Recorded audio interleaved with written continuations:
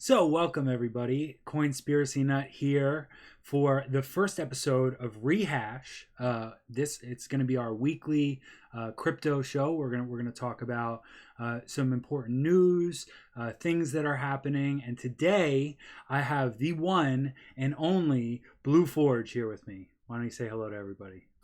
Hey, what's going on, guys? So this is Blue Forge from Crypto Mountain.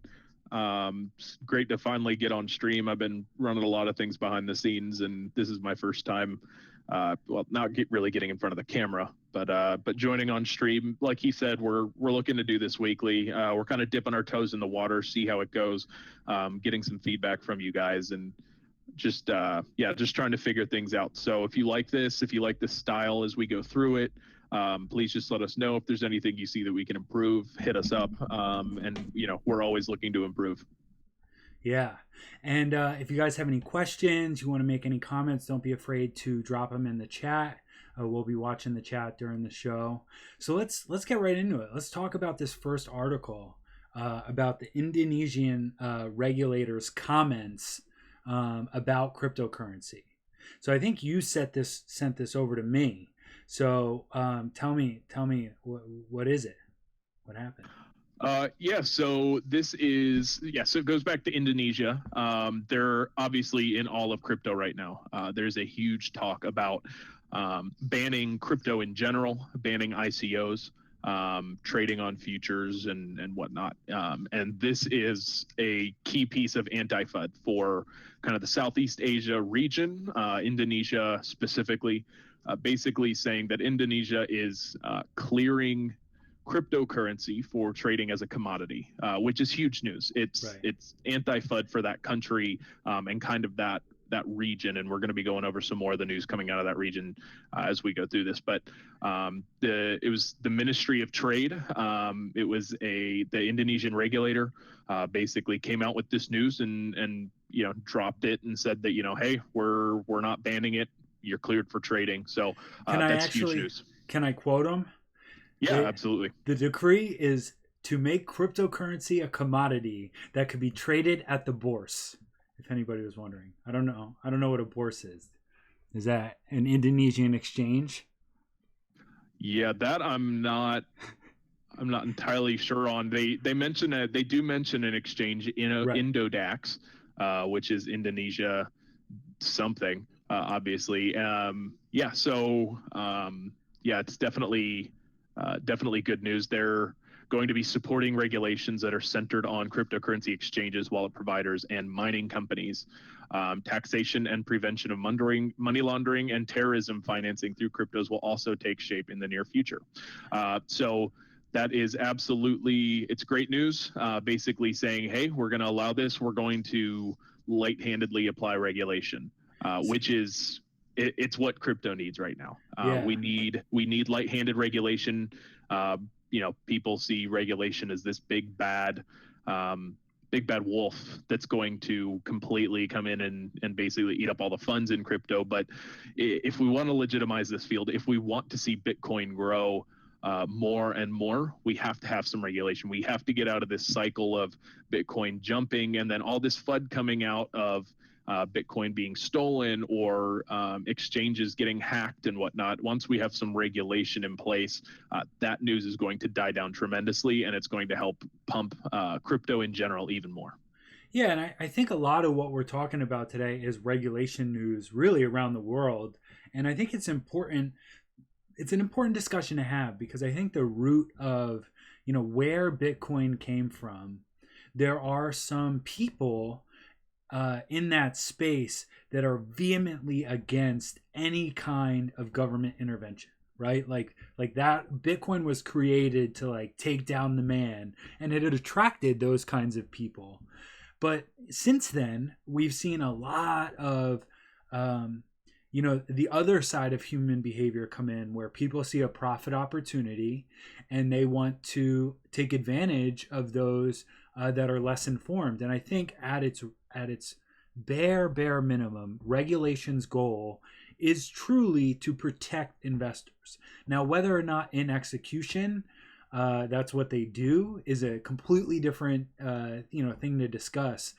but it's good to see people having these conversations, um, because Pomp on Twitter, I always see him tweeting saying the virus is spreading, and this is if we want the crypto virus to spread, we need to have legitimate conversations with legitimate institutions that ultimately legitimize crypto for the greater public, because a lot of people see it as this fringe thing right now because it's not formally acknowledged in these typical ways.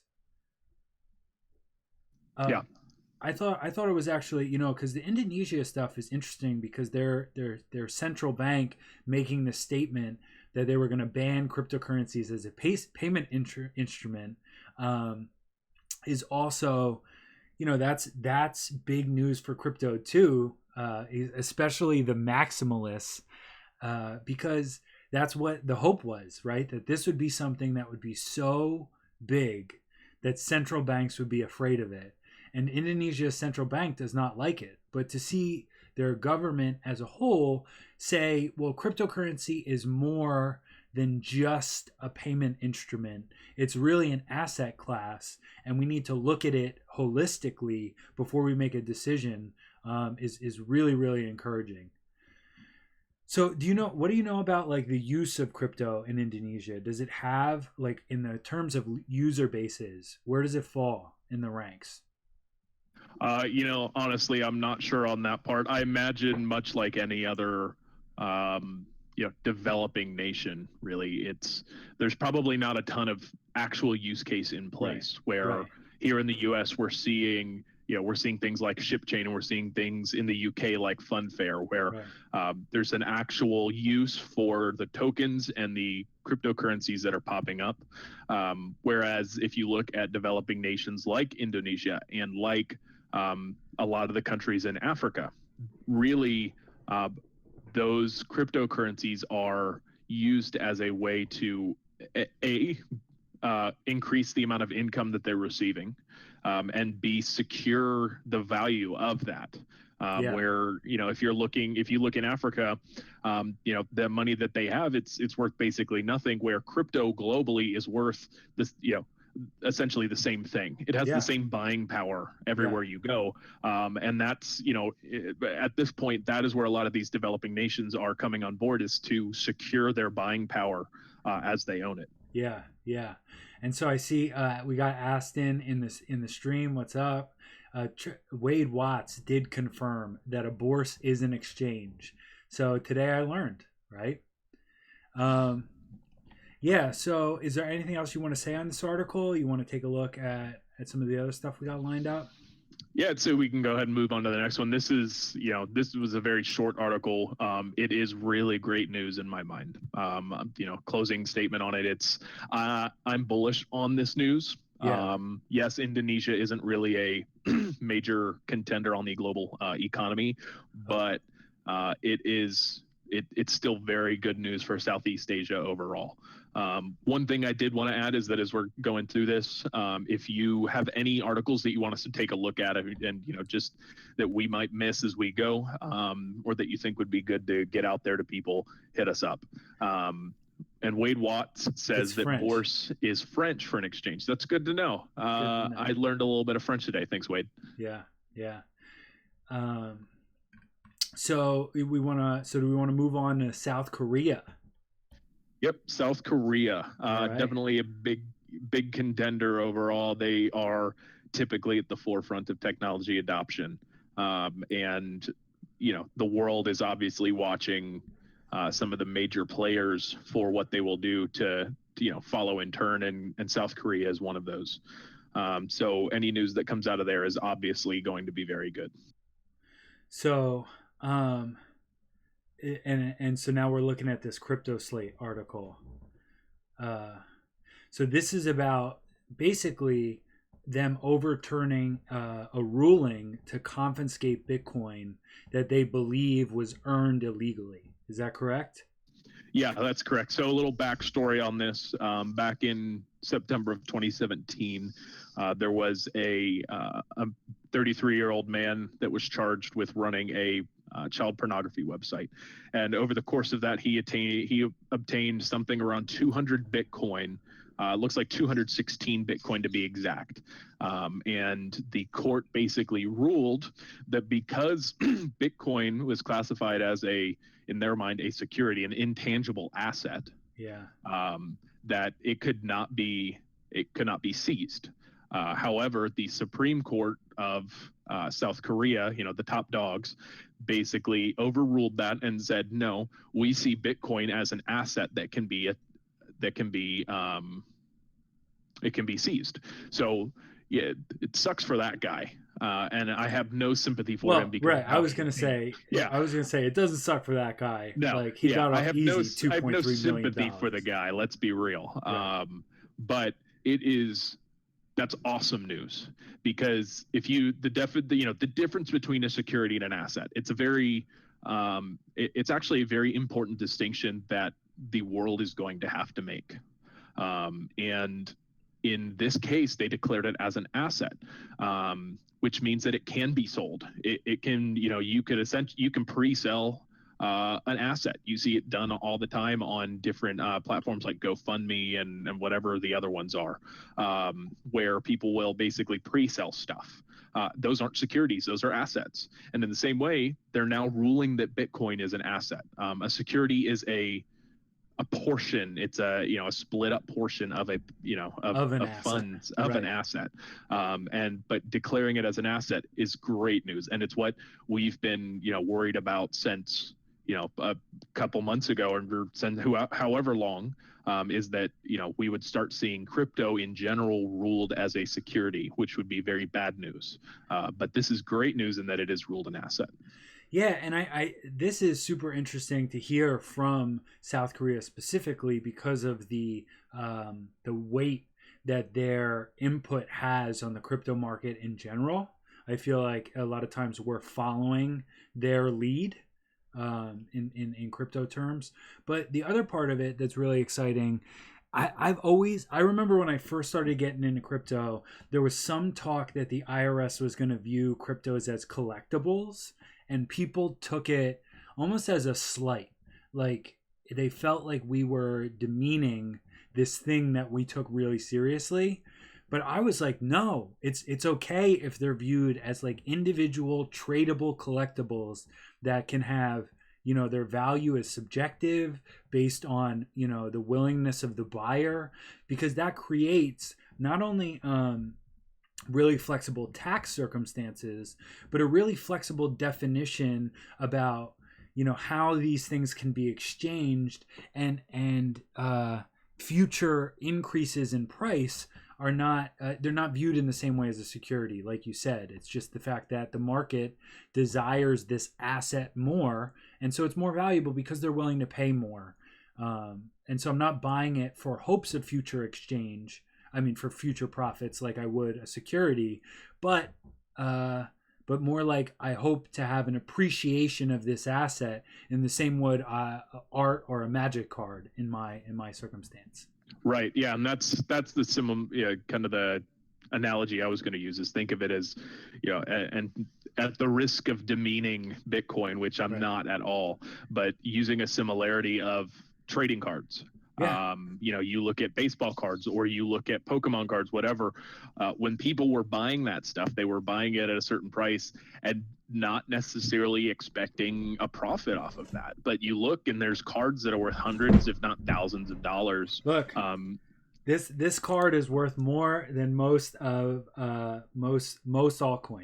I would say if this card was an altcoin, it would be a top 200 coin. Love it.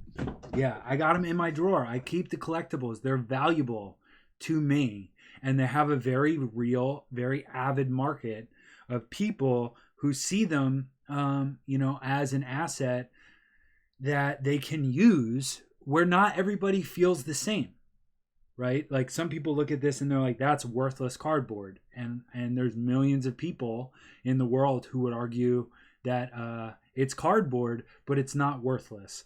And so I don't feel like it's demeaning Bitcoin in any way. It's framing it in a way that regulators can understand, because the truth is that crypto is complicated, right? It's money, it's a store of value, it's a medium of exchange. You can tokenize an asset. There are so many different use cases for crypto because it's really a technology and not a single thing, that it's important to show that there's lots of different perspectives to take on these assets, and you can't make a blanket statement. You can't say these are all securities, because that might not be how people are using them. That's not how they're marketing them, and that's not how they're transacting with them.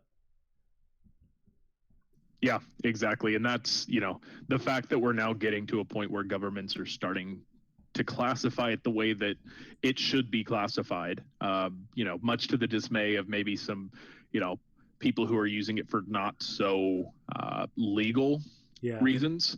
And that's really the only people that this affects is, when the government sees something as a seizable asset, the only people that stands to hurt are the people who are using it for illegal activity.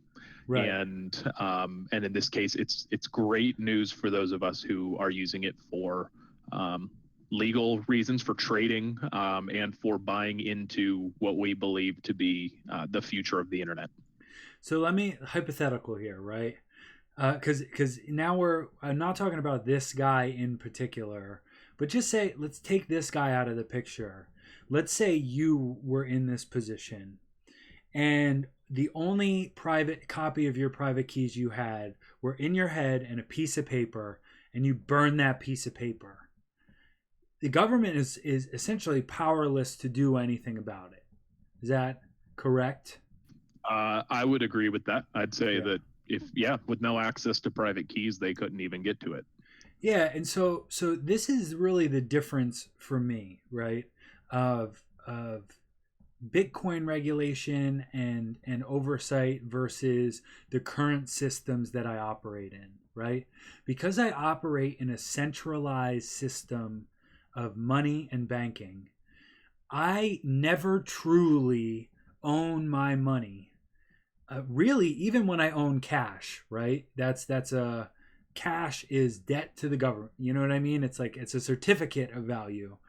I don't ever truly own the value. It's very similar to keeping my money on my Bitcoin on Binance, right? When I have my money in my bank, I technically own those dollars, but if for any reason that institution or the government wanted to limit my access to those dollars, they would have the ability to do that without my consent, right? Where Bitcoin allows for truly for me to have ownership of these assets, and people cannot take it from me without my consent.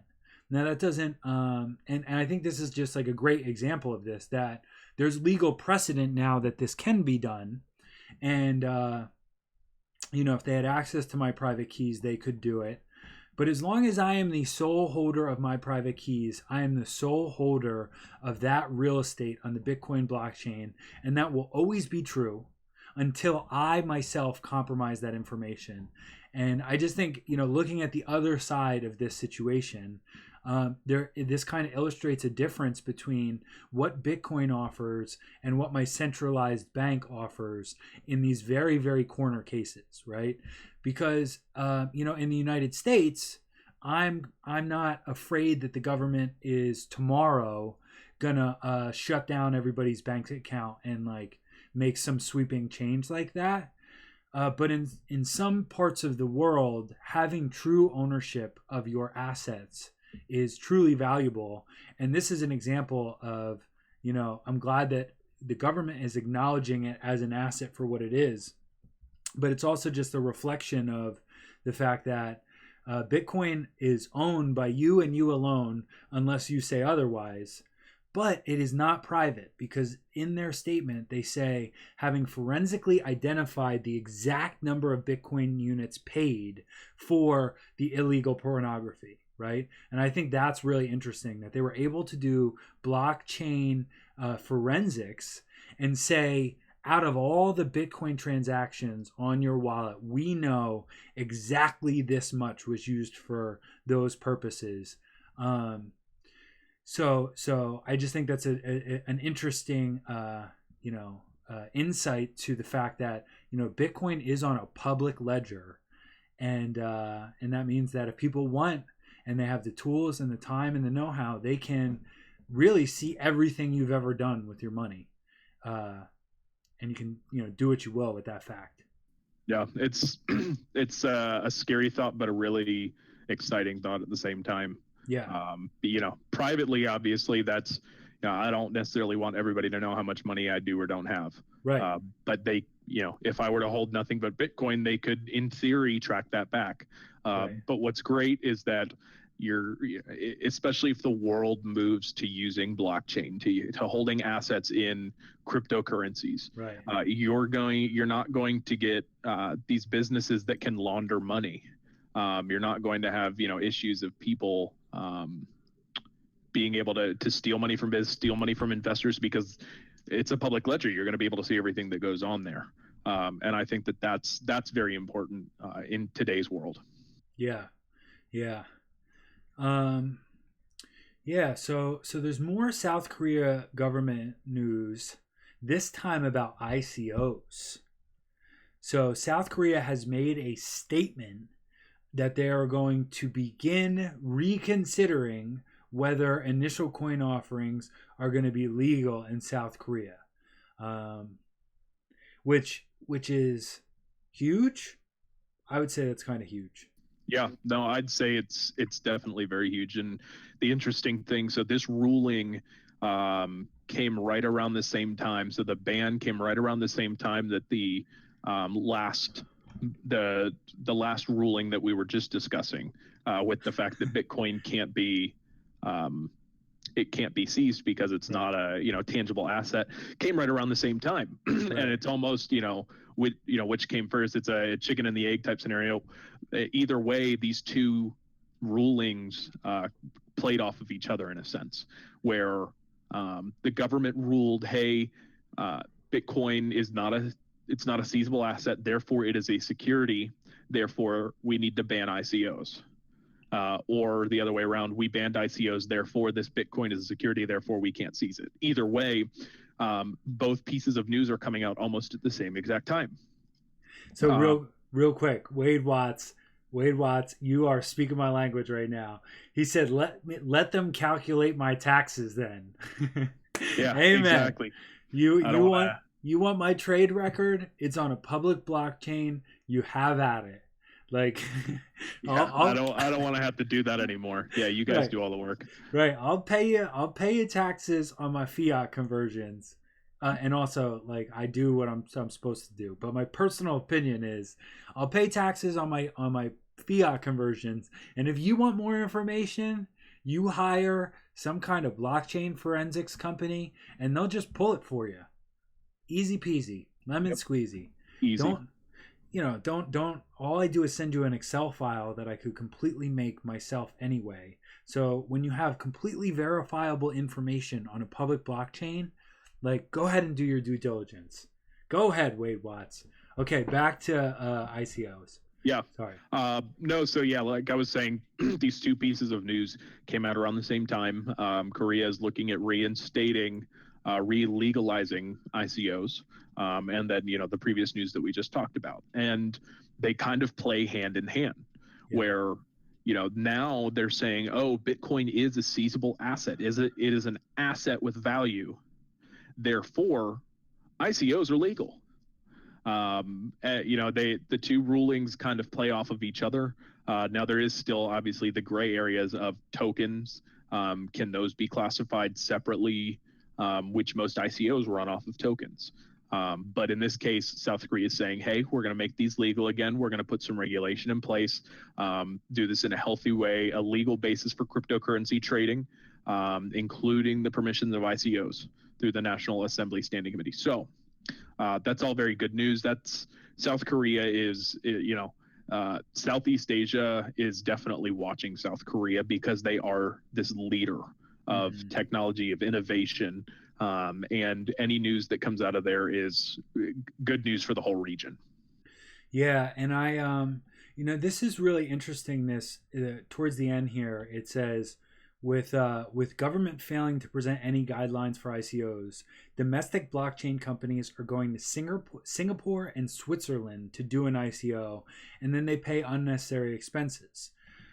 And this reflects what I heard at a recent meetup. So right after Consensus, there was a Philly meetup that one. I'm the name of the company's failing me right now, but basically what he does in Europe is advise ICO token sales on how to properly structure, market, and sell their tokens in a compliant way, depending on their jurisdiction.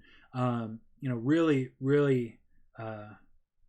All over the world. He was incredibly knowledgeable about all of the little intricacies about how each government is starting to have different perspectives on how to regulate ICO token sales in general.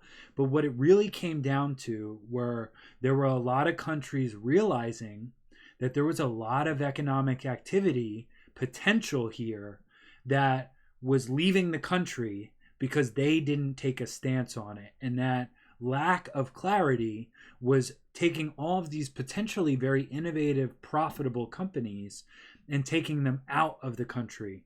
And it sounds like South Korea is saying the same thing here, that they're realizing like, hey, if we don't be the progressive thought leader that we want people to see us as, it's not that they're not going to do it.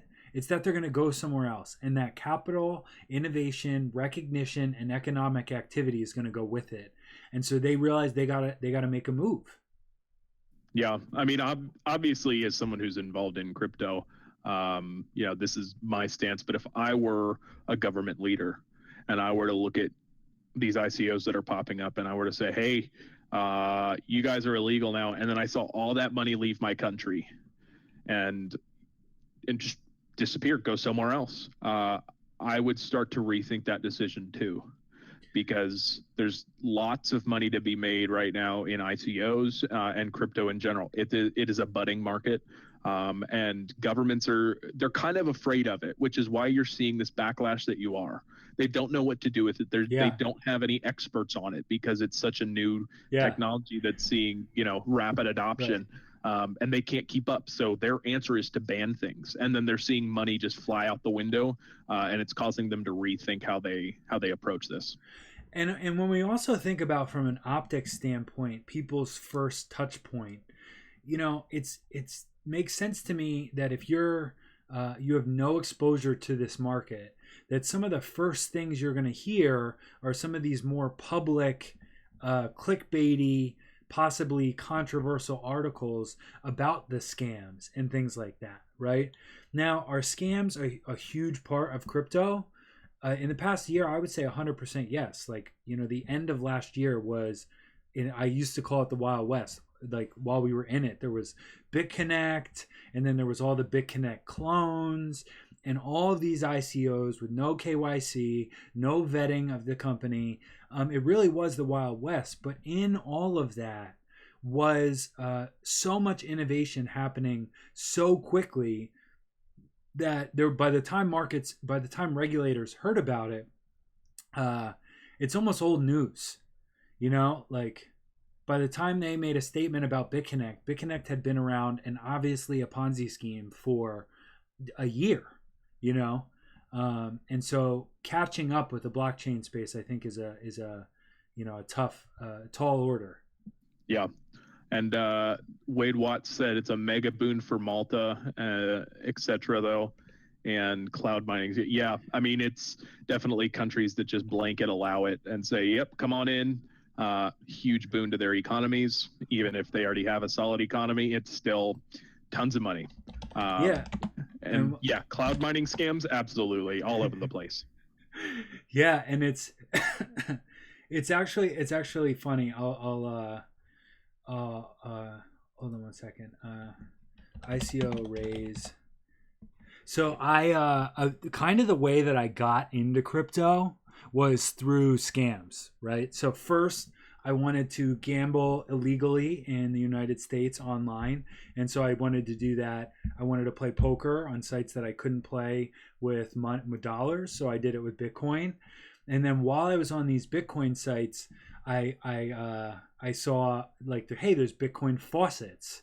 and I'm like, free Bitcoin, and I didn't realize it was like a penny or less worth of Bitcoin. It wasn't worth my time.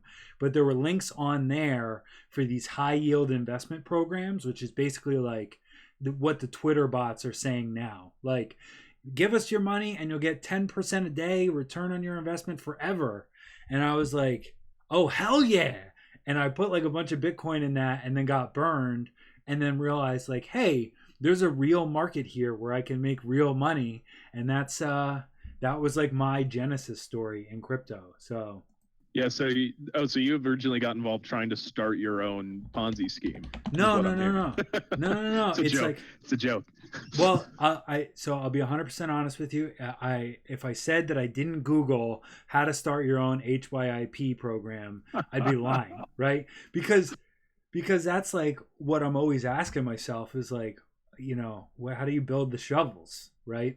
So I thought about it, and then I realized, oh no, this isn't sustainable. This is just a straight up scam, right? Because in my head I'm like trying to rationalize like, well, how could this be profitable? Are they investing this money and getting returns that could cover this?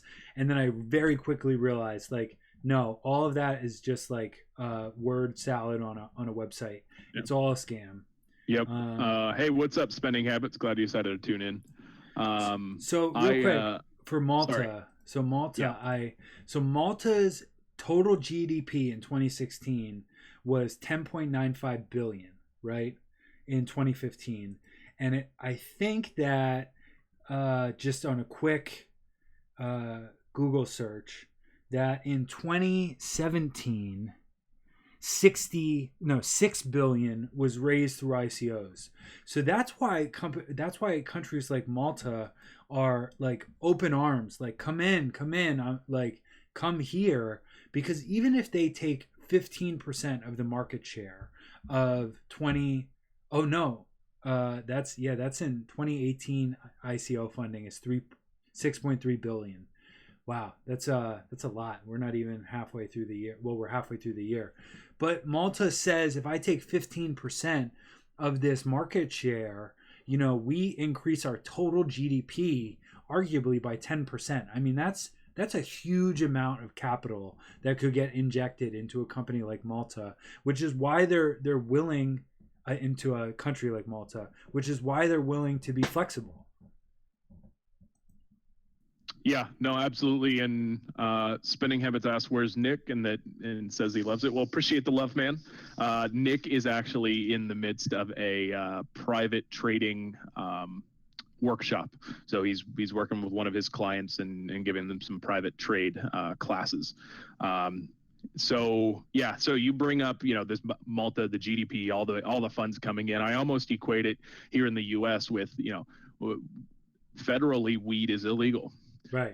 Colorado said, "Hey, I see money there. Yeah. I see the chance. We see the chance for making tons of tax dollars." And sure enough, they legalized it and said, "Hey, come do this legally. Hey, here's some regulations on the way you have to do it." And businesses and companies followed suit. And last year, so 2017 alone, they made over $200 million in taxes. Right. And, yes, that is a U.S. state issue versus a global regulation issue, but I think that there can be a lot taken from that, in that it's a similar thing. Like, this thing is illegal. Hey, we don't want it in our state. And, but in this case, one country raises their hands and says, "Hey, guys, come on in. We want you here. Bring in your money." And they just make bank off of it. And so... Yeah. We kind of look at it that same. And I'm not sure how much his classes are, Spending Habits. You'd probably want to reach out to him to see if he would be willing to do that. Which you can reach Nick in the mountain, the free Discord group. The link is in the chat. So if you guys like what you're seeing, make sure you subscribe to the Twitch channel so you get notified whenever we go live. We do a couple of streams a week. And if you want to chat with us directly, you can click the Discord link. We have a free Discord group. We have 5,000 members. Yeah, we just broke 5,000 members. Nice. Actually today. Yeah, so it was earlier this morning we broke 5,000. Yeah. Okay, so let's move on to the next piece of news. This is coming out of China, which is, in my opinion, even bigger news than anything that's come out of South Korea, Indonesia, or Southeast Asia. This is still very new, and this is still a little ways off. So China is currently considering changing its ban on Bitcoin and cryptocurrency in general. They're facing a lot of pressure from the population, and they are starting to see the president of China. I'm not even going to try to butcher his name, but he called the blockchain part of the new industrial revolution, which is that's huge. I mean, for a country to start seeing cryptocurrency and blockchain technology as part of the new industrial revolution is it's very good news. And the fact that China, one of the biggest, probably the biggest market in all of Southeast Asia, is now looking at raising their ban on Bitcoin and other cryptocurrency in general. When that lifts and we start seeing an influx of law-abiding Chinese citizens, there are still Chinese citizens who obviously trade. They do it anonymously, do it through VPNs, however they do it. But when we start to open up legally, that's going to be huge. You're going to see you're going to see very good movement from crypto in general, in my opinion. You're going to see, I think that if that, especially if that ban comes at the onset of a new bull run, you're going to see massive gains. Even if it's in still a bearish market, you're going to see a lot of green off of that news as China moves in with their money. I mean, personally, this is the kind of stuff that's lining up that creates a bull market, in my opinion, right? Like, if we want to see a correlated market like crypto go up in an appreciable and permanent way, we need new money to enter the space. The total market cap of crypto has to rise, and new money is what's going to do that. Because otherwise, it's really most of us that are already in the space moving money around, which is why trading in general has become much more competitive and pretty vicious to compete in, because it's a zero-sum game. When there isn't new money that's driving up buy pressure, we tend to have the market that we're in. A lot of this bear market was, the hype selling off. But right now, I don't even consider us really in a bear market. I consider us in a neutral market. I mean, for Bitcoin specifically, we moved between, 6,000 and 8,000, 9,000 for the last couple months. And I know that that's a huge, that's a 50% move. But for Bitcoin, that's not a huge move. And although we've been kind of going down sideways, I really view this market as a neutral market. And we need this kind of regulation to bring in new participants, put more eyes on the space, because that's what's going to give us that injection of new capital that's really necessary, in my opinion, to see things turn north in a significant way. Yeah, I completely agree. And further down in this article, it talks about, it says the Global Times, a daily Chinese newspaper published by the People's Daily, China's largest newspaper, is also praising cryptocurrency and pushing for change. So that excerpt says there's an increasing belief that just saying no to Bitcoin won't be the eventual solution to the cryptocurrency issue. A more fundamental approach would be to embrace the new technology without putting the country's financial system at stake. But fencing off Bitcoin exchanges can't effectively end Bitcoin trade, and fears of a Bitcoin bubble could leave China behind in the digital currency revolution.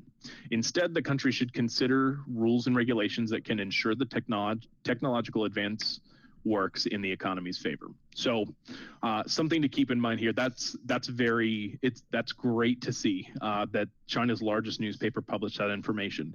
And something to keep in mind here is that pretty much all information that comes out of China is created by the government themselves.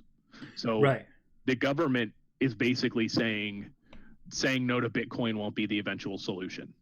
This isn't just the newspaper saying it. This is the Chinese government saying that. Right. And so I was having a conversation about this with someone earlier, but this basically, like you were saying, this is the stars aligning for another bull market. Yeah, 100%. And that's actually if it's in the People's Daily, right? Well, this was in the Global Times, but if the People's Daily publishes it, then it's a government statement, or at least that's like my understanding of kind of the situation of how news propagates in China right now. And and the truth is they have the opportunity to really there's infrastructure involved in all of this, and they like to be the producer of that infrastructure, and they could also take advantage of the massive amount of space and the relatively affordable electricity that they have to really in a legitimate way have that be an asset for their economy, rather than something they're trying to ban because they're afraid of it, and then their citizens go and they do it anyway. Yep, absolutely agree. So let's go ahead and move on. We took some time to cover news coming out of Southeast Asia, and I think that it's very important in the world and the way that that crypto is evolving, because China, South Korea, Japan, they're all very big players on a global scale, and so any news that comes out of there is huge. But unless you have something else to add, I think we go ahead and we can move on to some U.S. news. So just real quick, so it linked. You remember? Did you read this ranking from the Chinese government? Yeah, I did read that. Yeah. How is IOTA tied for number 7? I have no idea, man. I don't even think their wallet's like fully functional. I don't know. Okay. All right. I just wanted to say that out loud. When I read that, I was like, what agenda are you pushing here to list these coins in this way? I found it very, very interesting. But let's talk. Yeah, talk about this. In my mind, this is the big news. This is what you and I were kind of excited to cover. Yeah. Because I'm honestly shocked that this isn't generating more buzz than it is. Because this is very big news.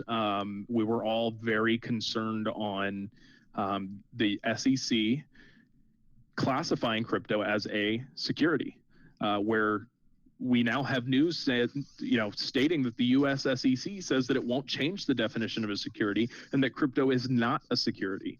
So they use what's called the Howey test, and the Howey test basically it's a list of 4 or 5 questions that says, is it this? Is it that? I don't see if you can pull that up for me while we talk. But basically, the Howey test is what the U.S. SEC uses to determine whether something is a security or not. And I've been saying this from the start, and whether it's the popular opinion or not, I did meet a lot of resistance in my statement saying that, especially Bitcoin and Ethereum are not securities. They don't meet the criteria of the Howey test.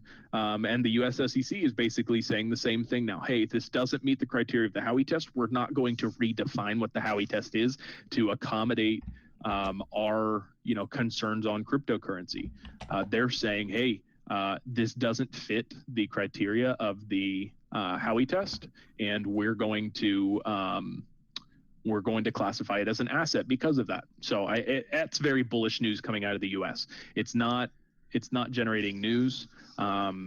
It's not generating buzz for whatever reason. I think that the crypto market's kind of in a depression phase where even fantastic news like this is just not going to generate any buzz, because we're all volumes dying and the price is dropping, and this is the end of crypto. But I think you pair this with the news coming out of China and South Korea, I'm telling you, the stars are aligning. There's a lot, change. So the Howey test, real quick, is if it's one of these 4 things. So it's an investment of money. Well, it's not one of, but it's an investment of money with an expectation of profits from the investment. And the investment of that money is a common enterprise and not a private enterprise. And any profit that comes from the efforts of or if it's profit that comes from the efforts of a promoter or a third party, right? And so this is important. The Howey test was important because there were people that were creating what were essentially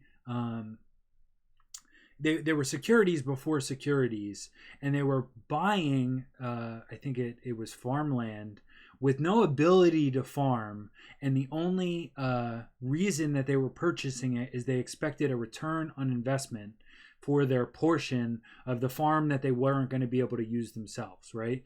And so it was like, if it's classically an investment, I think there should be some regulation around it, because the stock market has shown, traditional securities have shown, that when you leave legal gray area in terms of investment, people will search the depth of that gray area to the fullest extent of their ability, until they cross a line, and then they'll pull back. And so we do want, for these ICO sales and these investment opportunities, for there to be some kind of definitive statement. But this goes back to what we were kind of saying in one of the earlier articles, which is not all crypto are ICO investments, right? Bitcoin is it's a medium of exchange. It is a store of value. It is a physical asset that, yeah, you could argue that I assume it's going to be worth more in the future, but I didn't buy it to get a piece of the profit from the Bitcoin company. And so I think this is big news, but I also think that people often this is the reason that this is big news, is because it's the kind of stuff that flies under the radar, right? So basically, all we've been waiting for is clarity, and this is the kind of clarity that the government gives. Like, if you want them to come and make a decree and be like, you're good to trade these coins on Binance, like, you're not going to get it, right? These are the kind of statements that the government makes. They say things like, we have a definition for a security and we ain't changing it, which is basically saying, if it doesn't fit the definition of this security, then it's not a security. And they've stated before that Bitcoin does not fit, it doesn't qualify for the Howey test. I don't know if you say if it fails or passes the Howey test. Do you know which way it goes? I mean, I think probably all depends on your stance. If it fails, it could fail for one person and pass for another, Yeah. But it does not meet the criteria. It does not meet the criteria. It's a good way to word it. Right. That's like today at work, someone kept saying bi-weekly. And I was like, what does that mean? What does that mean? Does that mean every 2 weeks or twice a week? Yeah, it's all about it can mean both, which is very confusing. Right, and it's a big difference. I'm willing to commit to a bi-weekly meeting, but I'm definitely not willing to commit to a bi-weekly meeting. Right. Yeah, exactly. You know what I mean? This is like, we got to clarify this here. And she looked at me like I had a couple heads, and I was like, no, I think this is a good question. Is it twice a week or twice a month? Let's be clear here. All right. Yeah. So the interesting thing about this news, so about this state, basically the statement from the SEC, I'm not sure if it's an official statement, but it comes shortly after the announcement of the first ever, I always butcher this word, maybe you can, CZAR, ZAR? Oh, it's a ZAR. Oh, real quick, before we move on to the last article, can I just say what a riot it is?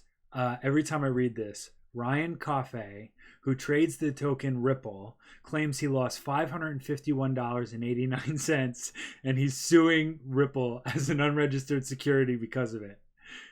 Did you read that at the end of the last article? Yeah, I did see that. Yeah, like you go, bro. Like, if I went and sued every crypto project that I lost $551 in, I would have to quit my job. Like I would not have the time, or it would take multiple pieces of paper. I can't count how many times I've lost $551 in crypto. Let's be real here. So I just love the level of petty that Ryan Coffey got to. He's like, I'm going big. They took all my money. All right. So they appoint their first ever czar. And that news was announced, it looks like shortly before their statement that basically crypto doesn't pass the Howey test. It Right. does not meet the criteria of a security based on the Howey test. Well, let's be clear. It's crypto in general. Right. There are projects in crypto that are being sold that could be classified as securities, but Yes. crypto in general. Yeah, and my unpopular statement would be, which is mine, is to say I would consider 99% of tokens of Ethereum ERC20 tokens. I would consider 99% of them to be a security. They are they're not mined for, so there's no effort that is involved into Creation. creating those, and the price is, I mean, it's almost directly correlated with how well the company does. However, the news does stretch to all of crypto at the moment. Right. They are not making a distinction between tokens and actual coins at this point. They are just saying, hey, crypto in general is not a security, which is, it's good news, very good news. Yeah, perfect, perfect. So let's talk about the drug czar. So why do we want to talk about like what a czar does at the White House? Yeah, if you have any information on that, definitely jump right in. Well, I just and I never like worked in government, so if I'm wrong here, don't be too hard. But a czar is it's an advisory position that's created and then nominated when the a commission or a branch of the U.S. government deems an issue so pressing that we need an expert to step up and advise us on it, right? So it basically is like when we really started having, the U.S. has like a drug czar who is responsible for drug policy and things like that, because it's a specific issue that we need specific advice on because it's so deep and it's so complex that there needs to be somebody that we nominate and trust who's going to be our kind of our guiding light. But it's too specific for it to be a more general position that's permanent within the government.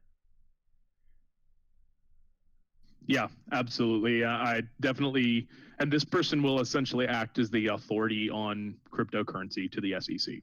Yeah. Which is they need someone who understands it. Hopefully Valerie. Again, I'm not going to try to butcher her last name, but hopefully this new czar of crypto to the SEC will do us all justice. Says a panic. Says a panic. I think that's my best. That's the best I got. Um, that's a tough. But yeah, so I think that she working with the SEC and having somebody who's conscious of what cryptocurrency is, what a distributed ledger offers, and some of the use cases for it is it's a big deal because I really feel like they need some inside information. Like they need to hear out people that are in the space in a kind of in a way that they understand what exactly is going on. Because if you're not in this thing in the way that we're in this thing, you can get behind the eight ball really, really quick. I mean, things move so fast, right? That if you're not up to date and specializing in this, things change really, really quickly. Yeah, so, there's the saying, what is it? 1 month in crypto is like 1 year in the real world. It's like dog years, crypto years. It's so absolutely. Bad. And obviously this space definitely evolves at that rate. I mean, I got heavily involved after the previous bull run. I was involved a little bit. I kept up to date on crypto, dabbled in a little bit of trading here and there, but I really got involved after the last bull run. And so being as heavily involved as I am now for the past 6 months, I have seen this space evolve at insane speeds. It is not, it doesn't compare to anything that I've dealt with. I am a web developer and a development manager and a software engineer. And a damn good one at that. Oh, thanks, bud. And I do that as my full-time job. And technology does not evolve nearly as quick as blockchain tech has. And obviously that is going to taper off at some point. We're going to dial in on things, and then advancements are going to be made much slower and much more sustainably. But who knows how long that this rate of improvement will go on? It could be months, it could be years. And you're going to need someone who lives and breathes in the space. You're going to need people who aren't, quote unquote, SEC czars. You're going to need a committee of blockchain CEOs and industry leaders to advise on the space, because otherwise it's just going to be left in the dust. Yeah. So you want to make a closing statement? Yeah, sure. So, I with all the news that we've covered today, this is all really from kind of the past week, and this news it leaves me almost giddy. This is very exciting news. It's nothing but good stuff. There's nothing bearish in anything that we covered today, and really, I struggled to find some bad news. Because there's just lots of good things coming out of the market, except for the price of Bitcoin, obviously. But there's lots of good things coming out of the market, and as the news starts to percolate and it starts to reach the masses, I think that it's going. Like I said earlier, the stars are going to align, and we're going to see this is leading up to the next bull run. Yeah. Oh, say it again one more time for the people in the back. Bull run. So and so we plan to do this new show every week on Wednesdays. Hopefully we'll have as much good news to share next week as we did this week, because all of these are pointing in the same direction, from Indonesia to South Korea to China to America. Governments are waking up and they're starting to clarify their stance, and those stances seem relatively progressive, which is really, really encouraging. So if you guys like what you heard today, make sure you subscribe to the channel. We stream 3 times a week on Monday, Wednesdays, and Fridays. Is that correct? Blue helps run the schedule. Yeah, this week we might not have a Friday stream, but we're definitely going to try. We're trying to do 3 set streams a week. So like he said, Mondays, those are mining Mondays. So we're going to be exploring different forms of mining, whether that be traditional GPU mining, CPU mining, digging into ASIC mining, digging into staking and master nodes and what that looks like. Essentially ways to mine, different ways that you can mine and generate your own crypto. So we're going to be exploring that.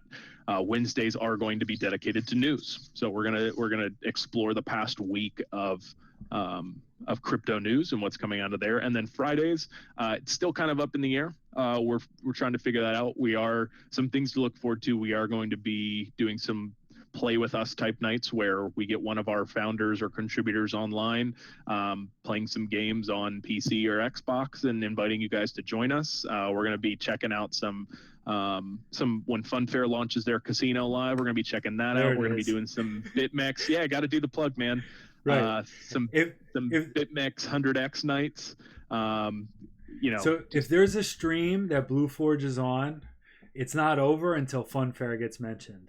That's exactly. Just keep that in mind. Yeah, we plan on getting Nick in here. Spending habits. We definitely want to see him on board with a bunch of these streams, and I know he plans on pumping out some of this stuff for us too. So, obviously follow us. We just hit, great news for all of you who've been tuning in since the start. We just hit affiliate status, which is one step below partners.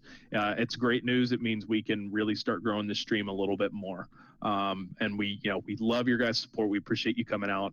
And as always, if you have any questions, if you have any suggestions on how to improve things, and if you have any, obviously any feedback, hit us up on Discord. We have a suggestion box there. You can DM either Coinspiracy Nut or Blue Forge on Discord, and the two of us partner together to run the streams. We'd love to talk with you if you have anything to to say to us. And yeah, we appreciate you guys coming out. All right, awesome. Well, I will see you on the other side, Blue. Thanks for hanging out. Yep, same to you. Later, bud.